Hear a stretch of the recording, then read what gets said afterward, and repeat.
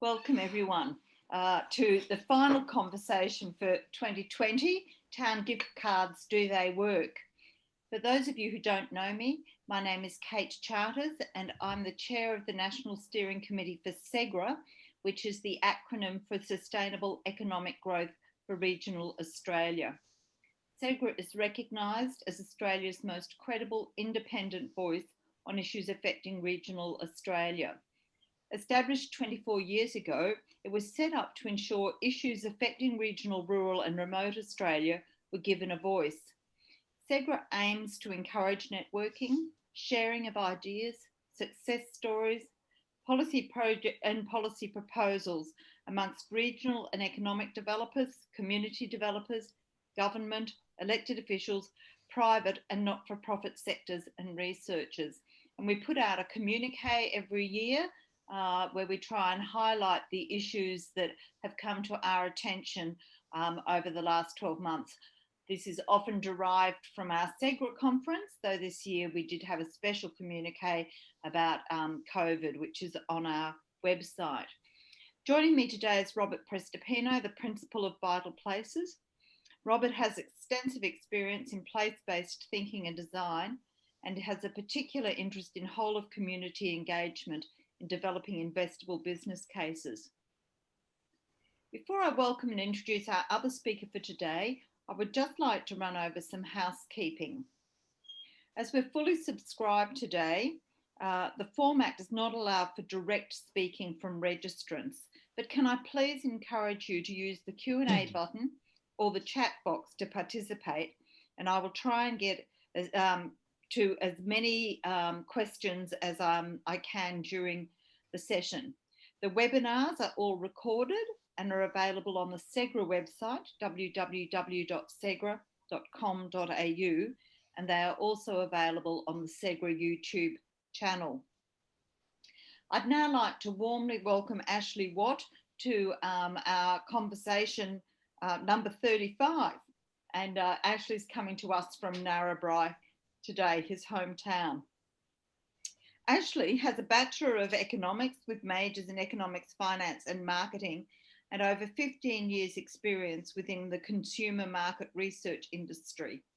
The list of businesses Ashley has worked with is quite impressive, both large and small, ranging from Australian Rugby Union, George Weston's Foods, Tabcorp, Telstra, Dairy Farmers, Lion Nathan's, PZ Cousins, Tourism Australia, Sydney Markets, Westpac and Kimberley Clark. Ashley is also the author of the book Why Leave Town? Practical Ways to Encourage People to Shop Locally, which digs deep into the issues facing small to medium businesses across Australia from a shop local perspective. The book has stemmed for a number of years working in the shop local space, as well as almost 100 interviews conducted with local chambers, councils, Regional Development Australian representatives and businesses. As Operations and Innovations Manager, Ashley is mainly involved in helping organisations structure the WLT gift card program within their community so as to maximise its performance. So look, thank you very much for joining us, Ashley, and I know that this has been close to your heart for a long time and was your idea originally. So welcome very much, Ashley, to our presentation. Thank you very much. No, thank you, Kate. Thanks for having me. And I only just heard then it's the last one for the year. So you've now put the pressure on me to, I guess, make this discussion worthwhile for everyone. But look, yeah, really happy to be invited to participate in the webinar today. We are flat out at the moment at Why Leave Town.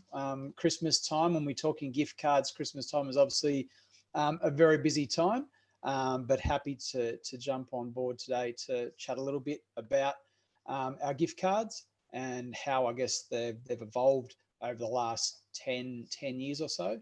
And I guess when we get into the conversation, I'll take you through a little bit of where the idea originally came from. And as you mentioned before, I was one of the original founders with my business partner, Justin Smith, here in country Narrabri. And so I'll take you through some of that background, how then it evolved from, I guess, a simple little idea to help out businesses in my hometown of Narrabri to now operating across 60 different communities around Australia, and expanding very quickly. And I guess I'll also go through how, although it started as a gift card, a very simple gift card concept, we've seen so many different applications in how the program can be worked. And I think that's what Robert will chime in later on with some discussions we've been having recently as well, in terms of how the program can be adapted in different communities to suit their needs.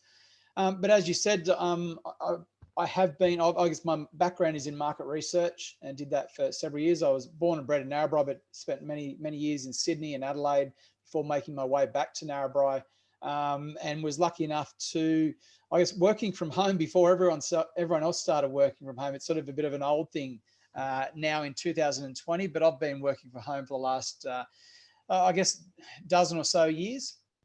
And really enjoyed that. And I've had bosses over in the UK and different things, so it didn't really matter where I worked. So, however, about sort of 5 or 6 years ago, I left the corporate market research world to just pursue Wildleave Town full time, because we saw there was an opportunity to push a little bit further.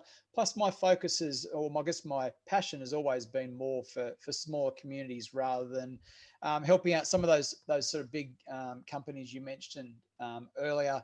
I'd forgotten that I'd worked with half of those, so it's good to read your CV every now and then. So yeah, it's then was I guess a big decision for me to sort of pursue more small businesses and helping them out, and that sort of then worked into just writing the book and doing sort of a bunch of other different things.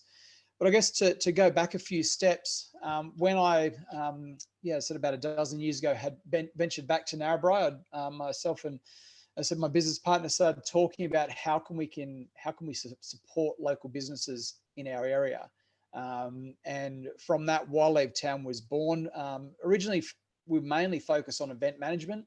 The idea was to Wildleave Town actually will bring things to you so you can see all the great things that the community has around it. And the events were good, but we found that many businesses were seeking something a little bit more consistent rather than sort of an event every 3 months or so. And through various conversations, we started talking about loyalty programs and rewards cards and other bits and pieces. But where we eventually landed was the Wildleave Town gift card. The concept is pretty basic in terms that it's a gift card program, just the same as your Woolies or your Bunnings gift cards. I've got one here as an example, just a plastic gift card. Where we made it a little bit different is rather than just having what we first saw is we'd go to the local post office and there's all these different gift cards you could buy at this time of year for Christmas, but none of them you could actually spend local.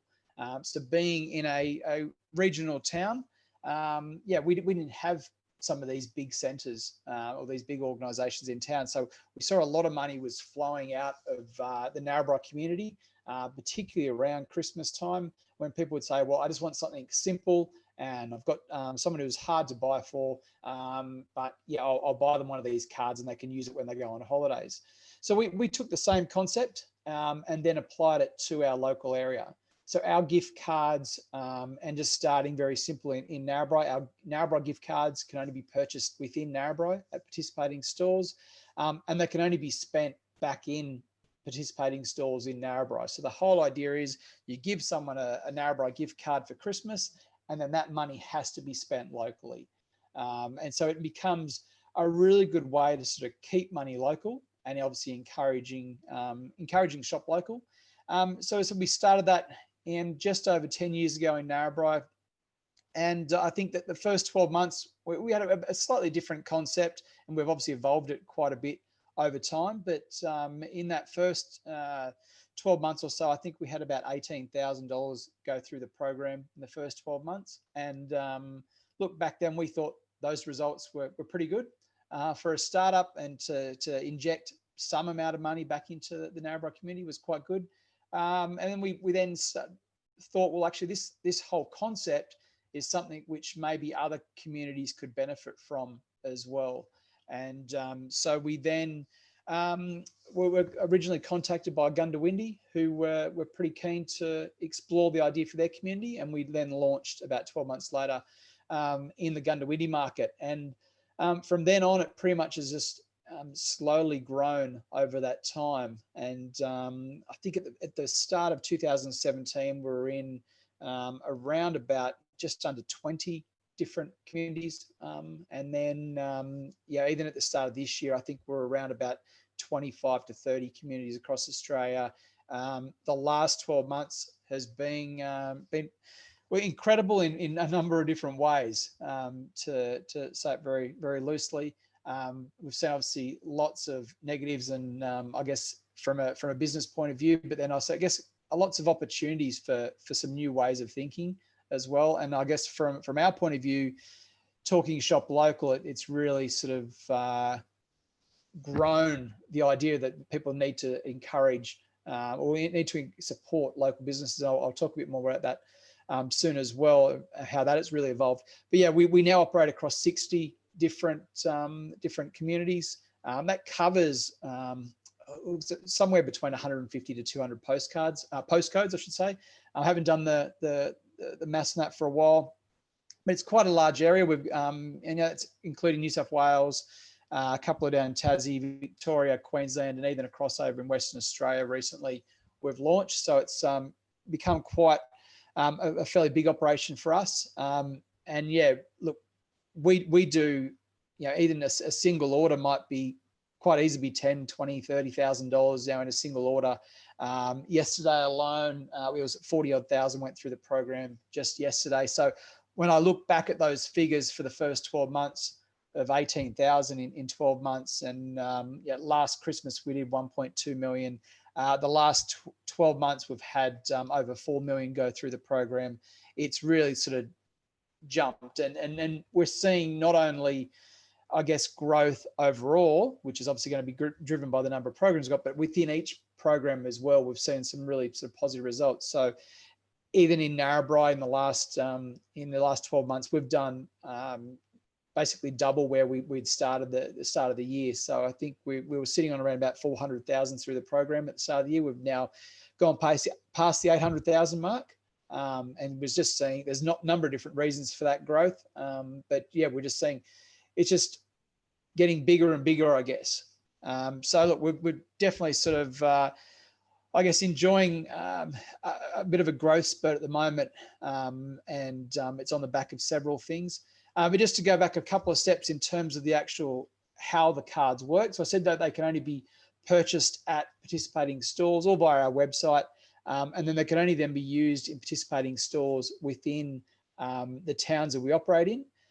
It all works through the FPOS network. So I guess one of the things when we first started, and you mentioned my book, the first chapter is Make Things Easy. And we wanted to make it really, really simple and cost effective too. So we didn't want to have additional hardware, additional software that businesses would need to have to be able to be part of the program.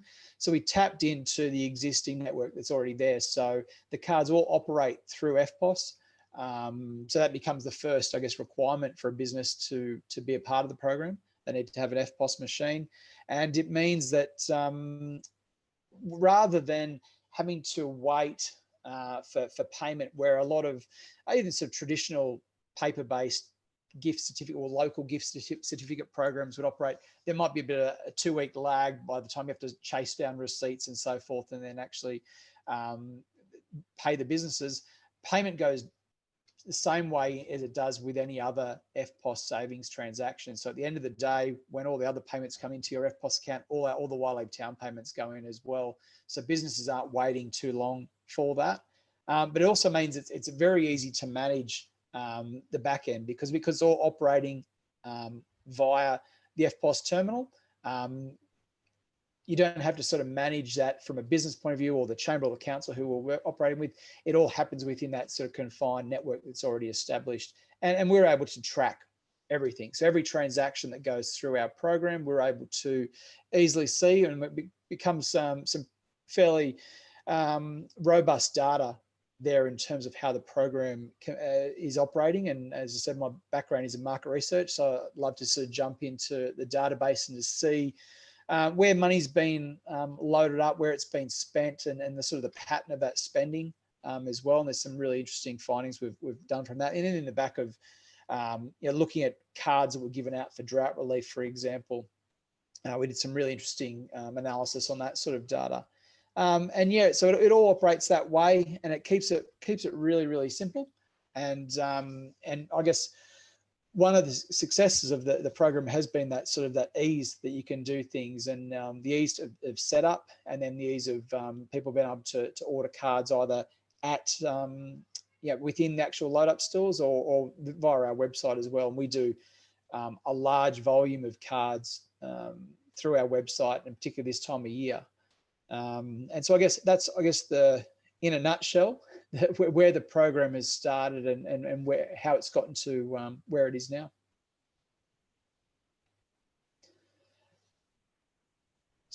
Sorry, Ash, I was just wondering, over those 10 years, have you seen the types of businesses using the card change, or the thinking about it? Because it's obviously started from a pretty retail focus. Yeah, definitely. And I guess it's shifted for two reasons. One, when we first started, we was very much retail focused, and we would talk to some of your services businesses and say, well, maybe it might not work quite well for you. And we had a few sign up, and the figures didn't really justify them being a part of it. Apart from that, those where the council or chamber might be funding it anyway, so they almost just jumped on to show their support.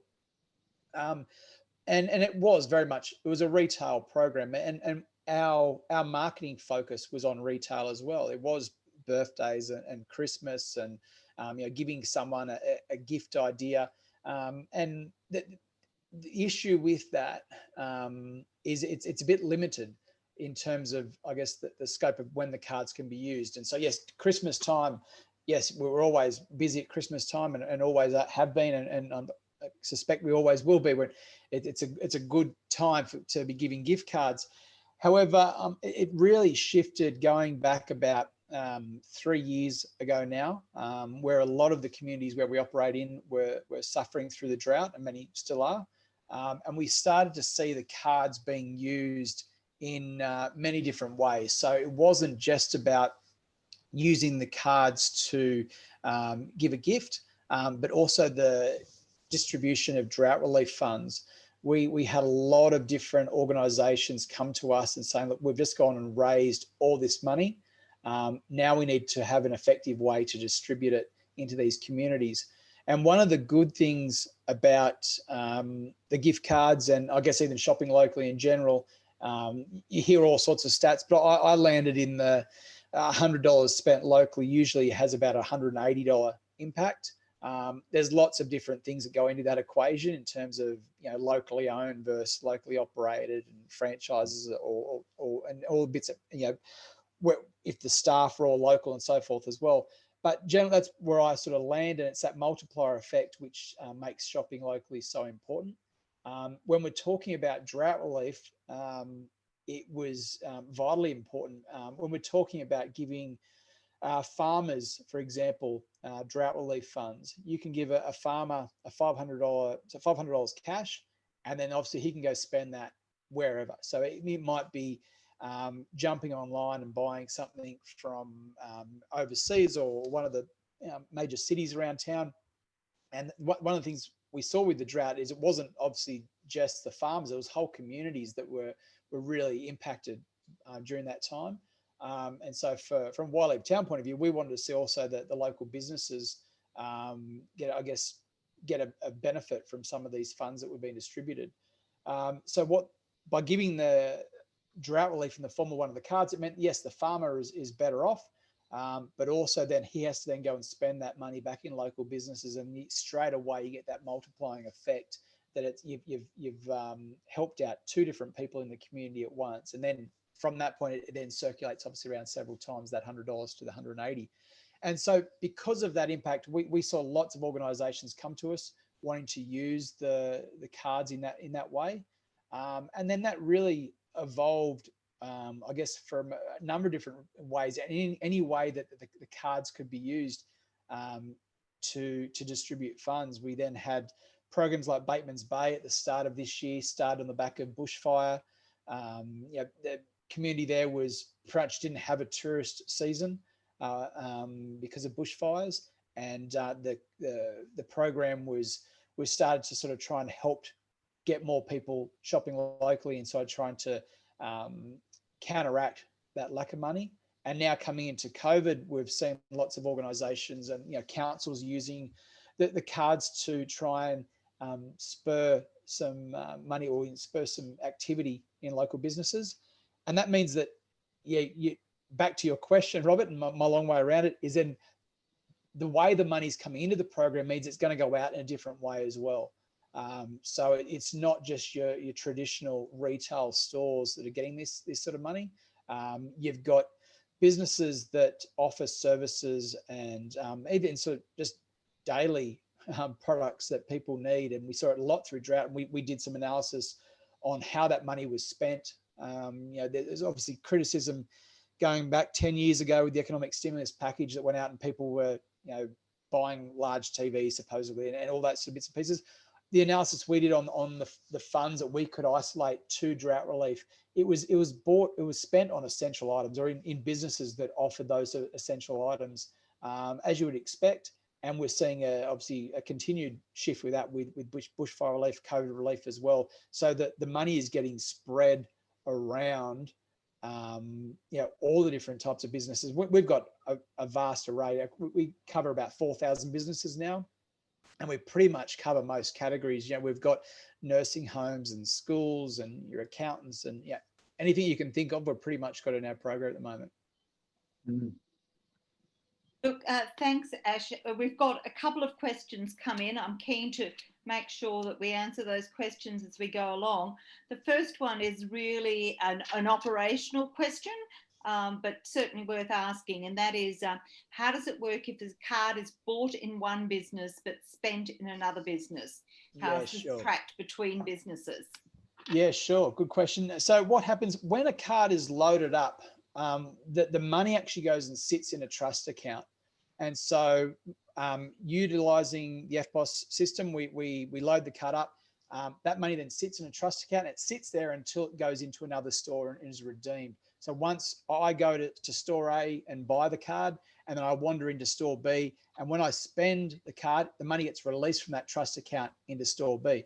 Now, if I've got a $50 card, I can spend $10 in store B, $20 in store C, and $10 in store D, for example, until those funds are used up. One of the good things and the reasons why we went down that sort of path, one, we're not bankers, so we didn't want to be handling, I guess, the money, but also it keeps the card holder is protected that whole time. So if Wildlife Town was to go bust, or any of the participating stores, or if it was the chamber or the council, anything happened there, the card holder still retains those funds as long as there's still businesses, at least one business operating, I guess, in the program that they can actually spend it at. Then that money is there. So you don't have like a Borders Books style situation where people have these cards and then they can't use them anywhere. As a follow-on from that, we have the question, if the card can be bought in one shop and spent in another shop, how does the business manage GST? We are getting down to the nuts and bolts. Yeah, well, in terms of the actual loading up of it, and look, I'm not an accountant, so if I say something wrong, please don't hold me to it. But there is no GST on the actual loading up of the cards. And then once that card is loaded up, when you come in and spend the money from the card, then it's no different to me walking in there with a debit card or anything else. So as far as the accounting side, from a business point of view, they account for that the same way they would if someone paid with cash or their normal debit card as well. Sorry, I'll let Robert ask a question in a little second, but there's a few more I do want to get to. And one of them is, how do you get the businesses involved? Because we have a shop local card with money out in the public but not getting spent.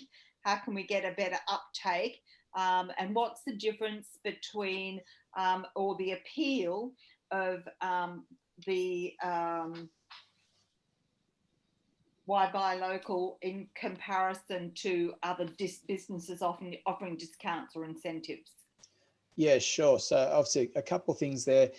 Look, first and foremost, engaging businesses is a tough one, I think. And, having worked in this space for the last 10 years, I think it's a pretty big one. And I've always said, I've obviously written one book. If I was to write, if I was to write a second one, it would be about how to engage businesses. I just need to actually come up with the content to fill the pages, I think. Because I think from a shop local point of view, it's the key. It's not about trying to force or drive consumers to shop local. It's more, well, I guess ultimately it is, but it's not trying to. My focus is more on what can businesses do to encourage people to shop local. It needs to start with your businesses to start with. Your campaigns to show the locals how important it is to shop local, that still plays a vital role. But it's businesses themselves need to be quite proactive. And one of the things I think we have seen through COVID is and it's all, most businesses were forced to do it, but businesses start to think differently as to how they operate, and just like, how else can we service customers, both local and non-local. And so I think it starts there. And one of the things, I guess, from our point of view, what we try and do, first and foremost, it's about getting as many cards loaded up as possible. That's I guess, the first thing in terms of making sure we can get money then flowing back into the businesses themselves. So particularly this time of year, our focus is just getting as many cards loaded up as possible, making that pie as big as possible. And I had this conversation with someone only yesterday as well. Then there is then a lag in terms of when that money is spent. And so our focus from a Wildlife Town point of view, our macro level activity will be then focused after Christmas, will be about making sure that those cards don't stay in people's wallets. And so we want to actually make sure that the money is getting out of the wallets and into the businesses. And it then comes down to reminding people that they've got that money there, but also at a business level, the business is constantly having that conversation with customers when they're coming in to remind people, did you get one of those shop local cards? We're one of the participating stores using their social media to do the same thing to make sure that they're using it. And one of the things where I guess we're moving towards with our reporting is then trying to give businesses a little bit more, more firepower to have that conversation. So if you're as a business, that 70% of the time when someone comes in and uses a Wildlife Town card, it's usually it's a $100 card, and they generally spend $80 that $100. So the outcome from that would be that you would have several $20 items at point of sale and just trying to upsell people because they've got that money sitting on that card. Just I think it's just little activities like that where I think it helps to get more money flowing in. Obviously the government legislation now moving to 3 years opens that door a little bit more as well. I think the jury's still going to be out as to how effective that will be. My general thoughts is if you haven't spent a card in 12 months, you're possibly unlikely to have spent it in 3 years. It's possibly gone behind the lounge or deep in the wallet. But we're just about to approach the first, 3 years in New South Wales, so we can start to sort of look at some of that data to see if that changes at all. But with Wildlife Town, I guess from day one, we didn't want to be setting up our business in the way that we make money off cards not being spent. And so I guess in the card industry, and a Current Affair runs this story every 6 months or so, is that there are many organisations that profit from people not using their card. I guess the brand Wildlife Town, it doesn't really fit with that if all of a sudden we're taking money out of town by people not spending the cards that are supposed to be spending local businesses. So from day one, we made a decision that we wouldn't profit from that. Now, currently, our card issuer takes a percentage of those funds that expire. But at the moment, 75% of the funds that expire come back to Y-League Town, and we then pass those fully on back onto the organisation that we're dealing with. So if we're dealing with the local council or the local chamber, then they get those funds and they can then redistribute those however they see fit. A lot of times they will use it to help fund the program itself, or to run extra promotional activity, or if there are a handful of people who for legitimate reasons the cards have expired, then a lot of times those funds will be used then to issue new cards out to people as well. But I guess, again, long way around the question, but most of the time, I guess our focus is to do, I guess, lots of different activity to make sure that money's spent. If the money's not being spent back in local stores, then I guess we're failing as a business. But it's, I guess, on the back of success over the last 10 years. It's more because, I guess, our programs do end up getting the money eventually back into those stores, but something which we're constantly working on. Yeah, Ash, at the moment, the percentage of unspent cards isn't that high from your records. What's the stats? Of unspent, yeah, it's been a while since I've had a real deep look at it. I've looked at some individual markets, but most of the time you're looking at around about 5 to 10% will expire. Now, a big bulk of those will be, I've got a $100 card and I've got $5 left on it. It sits in the wallet. I'm not that too fussed about it. So that's where some of the funds come from. But there are people then that have a full $100 or $200 card, and the full card never gets spent. So, but from day one, when 10 years ago, I was told it would sit around about 5 to 10%, and it's pretty much been that since day one. But I'm interested to see when we start to look at these figures in New South Wales here in April next year. We'll start to look at that to see, okay, has that gone down? In theory, if the legislation has done what it's supposed, what it's meant to do, then that figure should be lower. Yeah. Robert, you've got a program that's in Darling Downs. Can you tell us a bit about that? Well, actually, it's following on from some of the questions that have come in today about the scope and impact of the program. And I've been speaking to Ash for a while now. I suppose only recently came across the program, and what intrigued me from a place-based point of view, and I think it's so much potential, is that we're all about, Ash's program has, local money being spent local, and a really simple way of containing that. Those funds can't be spent from businesses outside the place. So from a place-based point of view, you go, wow, this mechanism is really interesting. Some of the issues that Ash raised early too about events being lumpy for local business, that's come up a lot in a lot of our COVID and post-COVID discussions about where to from here. It's about trying to get better cash flow, how you spread that out, and how do you get better engagement and expenditure. So part of looking at that, Ash and I have been sort of experimenting with some thoughts about what might be the next evolution in this thinking. So I've got a few slides I'll talk to, and it'll just unpack some ideas that build on, I think, some of the questions that came up today. I'll just go to a share screen.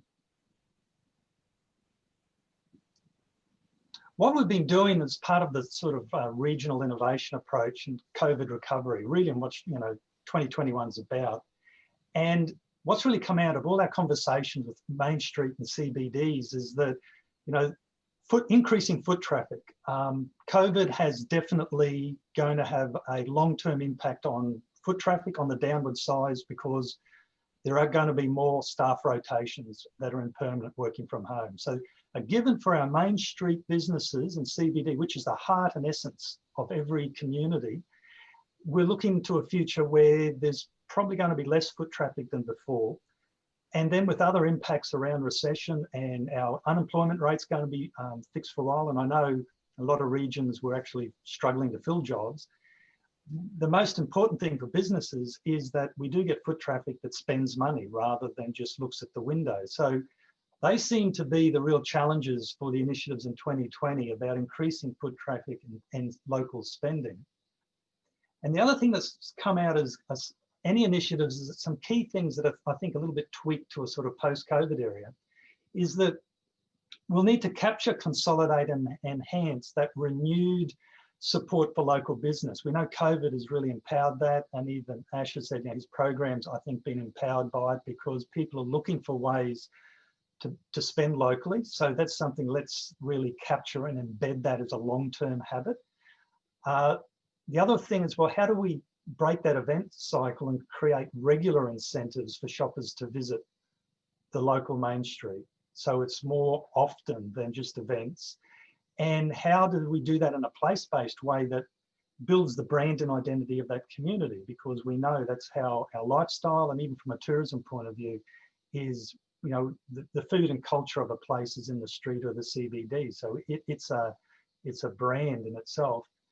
And the other thing is, and Ash touched on this too, about, you know, empowering businesses. One of the big things we know, we're going to need to find easy ways for local business to access the fact that our customers are really now online and digital and mobile, and that whole online connection and connectivity. How do we build capacity in our small businesses through the initiatives as well? So one of the demonstration project we've been working on with Ash is taking three thoughts, build on the basis of the corporate gift cards that Ash has developed, thinking about, well, there are VIP loyalty clubs and programs, and that whole notion of local business coupons, which has been around a long time, that there are various initiatives. And if we're looking at a way from a place-based point of view, how might we sort of stitch that together into the next evolution? And what we've called something like that is just a CBD or Main Street VIP idea, where effectively the community can be part of a VIP club that's free, that actually is part of gathering the local businesses that are part of promoting themselves, but also that gift card and the town card is promoting that locality as well as a sort of a VIP approach to a place. So we're looking at if we maybe take the thinking from those three areas and combine it. And what it really meant was thinking about it from a place-based loyalty point of view. It's really hard in our smaller locations that, yes, an individual business can do a VIP club, a loyalty program. It's a lot to administer. It's a lot to really orchestrate that and get that out, and creating your own database in the small community with other businesses. It's certainly doable. But if we looked at it from a place-based point of view, that if we had the town VIP club or the Main Street VIP club, that the businesses could leverage off and tap into. So it's a bit more simplicity of a sense that we're promoting the location, but we're not requiring every single business to run independently their own loyalty programs. And it's all about how that might then gather a great collection of offers for that place or location. And really taking the notion of the town gift card that Ash has spoken about, that really is outside the fairly small administrative costs, 100% of that money goes directly to local business. And I think, you know, that is just, from a transparency point of view, an incredible structure that Ash has put there together, that, you know, it's not lost in admin or administration or marketing. That money is spent locally. And there is a chance, when we've been looking at the scale of this sort of VIP approach, that Ash has had some preliminary discussions with the card provider, that instead of the 25%, it could be possible that there would be no deduction and all the unspent money would be returned to the gifter, which again is another incredible ethical outcome as well. So there's taking that idea and then combining that with the VIP sort of SMS coupon system. There's a number of platforms out there that can be adapted, and we've looked at one, how it can be used as a VIP system for a location. So not every individual business has to set one up. It's basically a digital coupon that goes out through SMS to the database of the customers that are part of the loyalty location. So it enables the businesses to access a database, to send out their own digital coupons. It supports the move to contactless transactions. And with our customers now, you know, fully mobile, finding a framework that can enable every participating business to access digital coupon system where they don't have to set up individually themselves, and they just effectively, it's a user pay system for their marketing. Instead of doing printed coupons, it's just pushing out opportunities through the VIP database. So here's an example. We've initially have been working with Ash to pitch proposal to the Toowoomba Chamber of Commerce, and this is part of the pitch we put up recently. That and this is just a mock-up of the idea to communicate what it might look like. That if we created a CBD VIP card for Toowoomba, and if it was driven by the Chamber of Commerce, you have that. It's an FPOS gift card, and you have the opportunity on it for a program partner to have their logo in that space. And this is where the program partner could fund the operational costs of the normal gift card if the chamber wasn't funding it directly, and they can get it as a part of the promotions.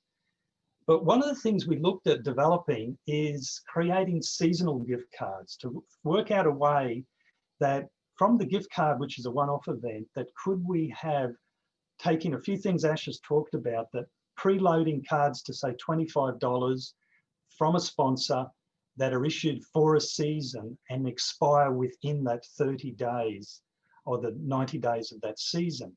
And then if the unspent money 100% would go back to the program sponsor to reuse in another season, but it gives that deadline for people who have a card to spend it and to align then with potential offers in that season, part of the ongoing marketing and activity. So again, it provides an opportunity for a program sponsor and then a seasonal sponsor to contribute funds, because these would be preloaded, 25, say on this scenario, $25 voucher. They would be randomly issued to the VIP club membership, which is a free membership of people who want to spend money locally. And then the local businesses then have their specials and coupons that can attract that expenditure. But what it means is we know we'd have that many cards. If we do it, we're looking at 1,000 per season. We'd have 1,000 people per season in the CBD spending money. And part of Ash's experience is each card often has 2 visits. So we're bringing foot traffic, but spending foot traffic. This is the sort of experiment we're looking at, and how we can promote long-term spending through a season, but giving deadlines. So these cards will definitely expire in 90 days. So what that means, if we looked at overall, if you take the notion of the gift card that Ash has spoken about, that works for people when they want to gift money. There's some running costs that Ash always recommends they're covered by the gift card partner, so there's no money comes out of the gifters to go on the card. But what we're looking at, if we created a town VIP club, Main Street or CBD VIP club, which is basically a free membership to enroll in if you're wanting to support your local town and be exposed to the coupons and offers that would happen, that we would then be able to set up a seasonal program to look at opportunities through the season that would expire. That looking at our program, our goal with the chamber would be to go out to seek local sponsors that want to contribute to local businesses going through 2021. And we're looking at the way that we're going to have a sponsor for each seasonal card that is preloaded with a certain amount of money and is randomly issued to the VIP club members as part of that season to get out and spend locally within what's available there. So there's 2 opportunities. You'd have a opportunity for a 12-month partner that could be branded on the front of the card. You could break down the funding to each season per sponsor to enable different levels of sponsorship to be able to fund these preloaded cards into the VIP club. That all businesses, it's part of, like Ash has said before, the normal gift card to work, the businesses need to be registered in the program. So part of the VIP club would be the same thing. It's really all the businesses that are registered with the FPOS that can receive the cards. And again, this is all effectively free of charge.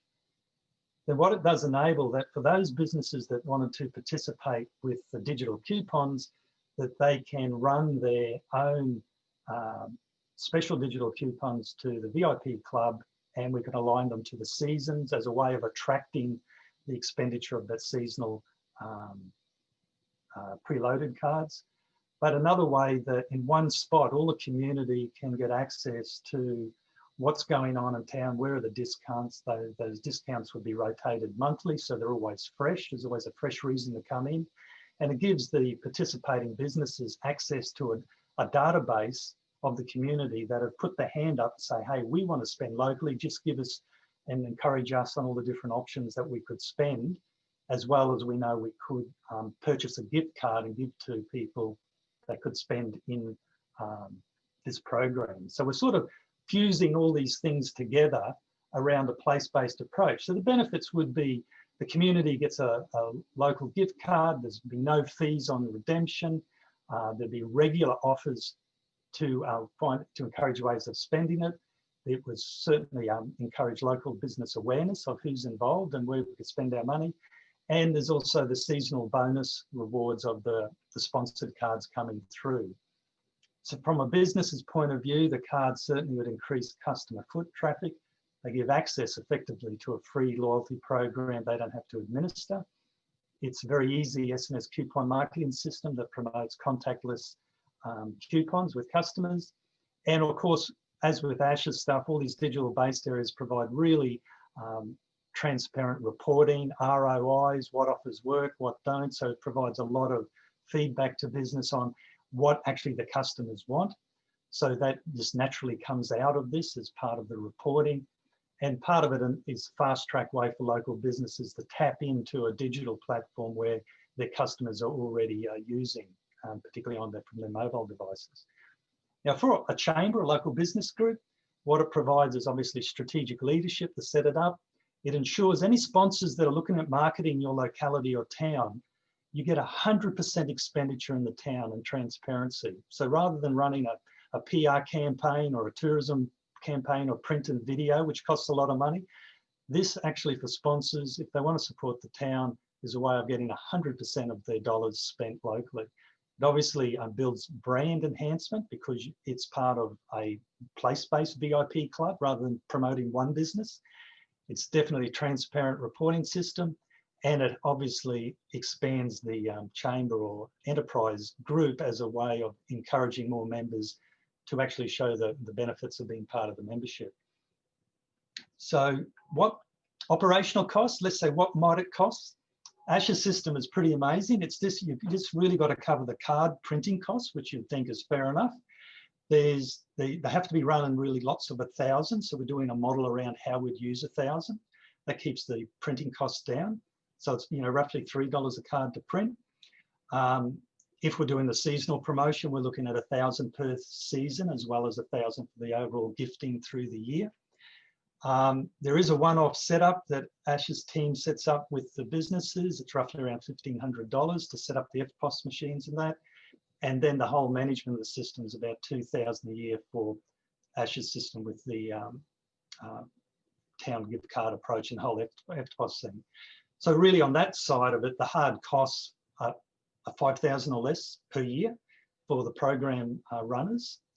From the coupon side, it's a very much user pay process of just diverting some of their local marketing funds into setting up digital coupons. And then if they want to run them monthly or not, there's just that user pay fees for participating in a digital marketing exercise where the whole platform is basically provided free. So there's no subscriptions, there's no ongoing costs. It's just use it if you want to, as compared as a marketing outlet. What it might mean if you wanted to set up one of these, the timing, there's timings with card printing and sponsors. So you'd be saying that if you want to do something like this, there might be that 1 to 3 month lag time to set up for a season that would run through 12 months, because it's a combination of getting your sponsors and business registered as well as building your VIP membership. So what I'll just quickly close the stop share there, because that's really all I wanted to cover in that experiment. And more than anything, just wanted to present that today as a different way of thinking about what Ash is bringing to the table of merging and where we need to go with contactless dealings with our businesses and the notion of coupons and specials, but doing it in a way that we enhance a locality.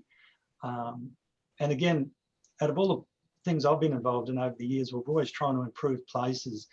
You rarely find a program like the system Ash has set up where you can say 100% of the money is spent locally and you've got a really simple system. So that's certainly captured my imagination on where we might invent some ideas. So happy to take any questions out there, and also just if anyone wants to follow up stuff offline to talk to Ash or myself about different ways this sort of thinking can be used. But actually got a question there for you, Ash. Does Ash's team set up in South Australia? I'll answer very quickly that one first, of course. Yeah, we definitely set up in South Australia. I lived in Adelaide for 12 months, so very keen to get something happening in South Australia. But just, I guess, following on from what Robert's been talking about, there's a couple of things that I wanted to add in there. Is you talk about all the different, I guess, touch points there with seasonal cards and the gift cards and the coupons. First and foremost, you can't expect to change people's attitude to shopping locally with one tool or one campaign or one program. I've been adamant on that since day one. With our gift cards, it's not going to solve all problems. It should be part of a bigger picture. And you need to have a long-term view on things. And I think the biggest thing which will shift, I guess, attitudes towards shopping locally is the number of conversations people can have around that. The last 12 months, the conversation has been pretty loud, which is great from a shop local point of view. In my time operating in this space, it's never been so active, which is great that people are thinking that way.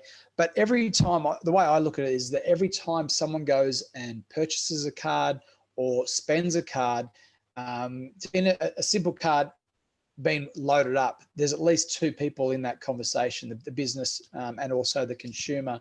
That card is then given to someone else and brings in a third person who then goes and uses it at several businesses. And there's people lined up behind the counter as well. So that the number of people who can start to engage in that local conversation about shopping locally is really great. I love to go shopping with the Narrabri card here in Narrabri, and so I'm getting a visitor in the background, but love to go shopping, and even some people who don't know me, some new business owners to town who will start having that conversation, not knowing that it's actually one of my cards to start with.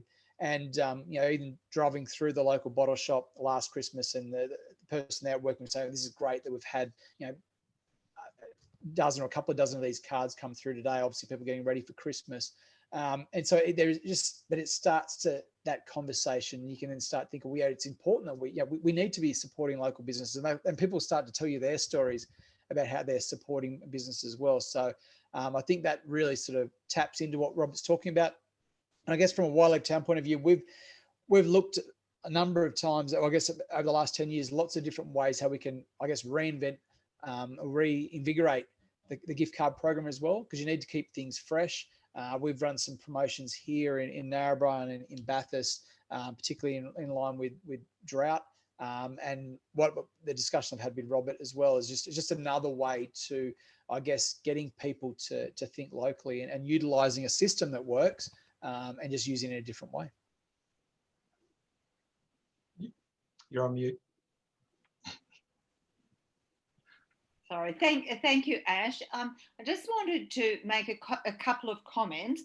One is that your website is whyleavetown.com. That's the one. So people are certainly welcome to go onto that website and find out more. Now, I know your book is not available on Booktopia. It appears that it's available on your website. Is this true? Through the website's the best place to Fantastic. do So if you're interested in the book, it's great called Christmas Why present. Leave Town? Practical Ways to Encourage People to Shop Locally. And if you go to whyleavetown.com, it can be purchased there. So look, we're getting towards the end, and I don't want to rush my thank you. So thank you very much to both Ashley and Robert. We do have one intriguing question, and I'm not sure that I fully understand it. So we might need to get Charlotte to write in more. But it says, is there an opportunity to mystery shop load up stores? Yeah, I'm guessing where Charlotte's coming there is just to, I guess, understand the yeah, what is the actual, because obviously we provide training for our program as to how that experience should look. And so I guess what we've done a few times here in Narrabri and a couple other markets as well, I like to send, if I've got friends visiting from outside of Narrabri, I like to send them down into a couple of the local shops to go and purchase a card, and just so they can see what is that. I can see what the real experience is when someone actually goes in and makes that purchase. And obviously, in my research background, the thing with mystery shopping is obviously make people not knowing that you're there to assess them, and that's why I think it's always good to have. I said friends from Sydney come and go do some. Well, I throw them $100 card and I say, go do some local shopping while you're here anyway, and then provide me with some feedback. And that's what we've done in the past. And yeah, Charlotte, definitely something we could look to do there in Gunnedah, and to test out what that experience looks like at the actual purchase level.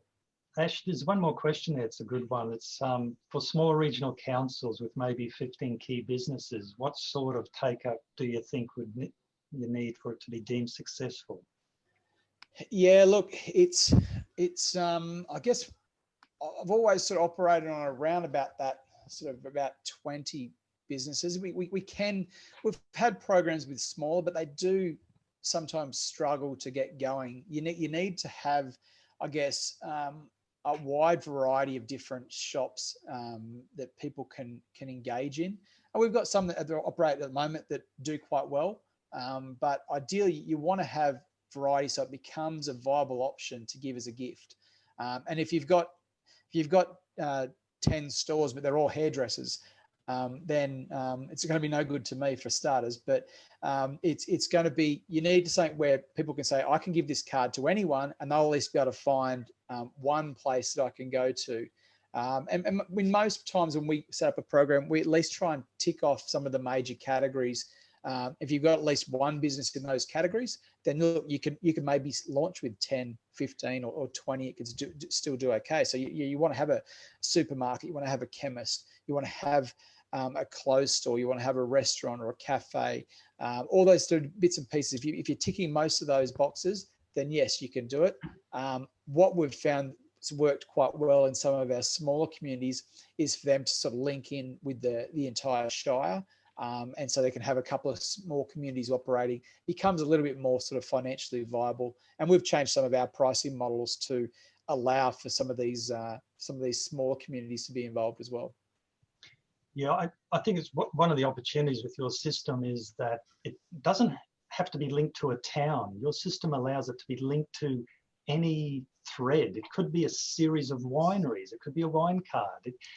That the mechanism is there. So I think part of today was to think outside the box, because depending where you are, how you could put your program together, you've got the solution sitting there that might be the one extra thing. And that's right. We've got programs that are operating just in the CBD.